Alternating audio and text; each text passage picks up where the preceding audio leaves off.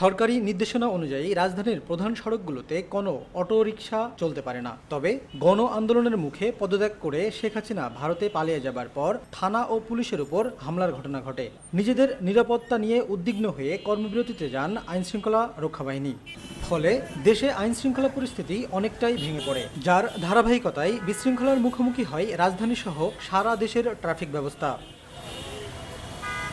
দীর্ঘদিন ধরে লাইসেন্সবিহীন গাড়িসহ রাজধানীর প্রধান সড়কে দাপিয়ে বেড়াচ্ছে ব্যাটারি চালিত রিকশা এবং পায়ে চালিত রিকশা। ফুটপথ থেকে প্রধান সড়ক সবখানেই ব্যাটারি চালিত রিকশার দখলে। ফলে সড়কে যানজটের পাশাপাশি ঘটছে দুর্ঘটনাও।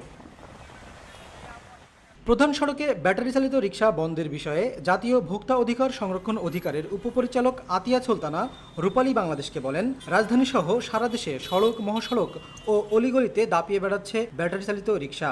জনসাধারণের ভোগান্তি কমাতে রাজধানীর প্রধান সড়কগুলোতে মঙ্গলবার থেকে অটোরিকশা বন্ধে প্রশাসনের পাশাপাশি কাজ করছে জাতীয় ভোক্তা অধিকার। আশা করি মঙ্গলবার থেকে রাজধানীর প্রধান সড়কগুলোতে ব্যাটারি চালিত রিকশা আর দেখা যাবে না।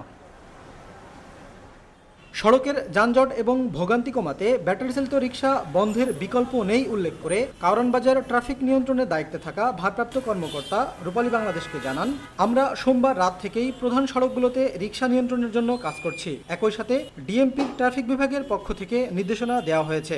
আজ সকল ব্যাটারি চালিত রিকশাকে প্রধান সড়কে না ওঠার জন্য সতর্ক করা হচ্ছে।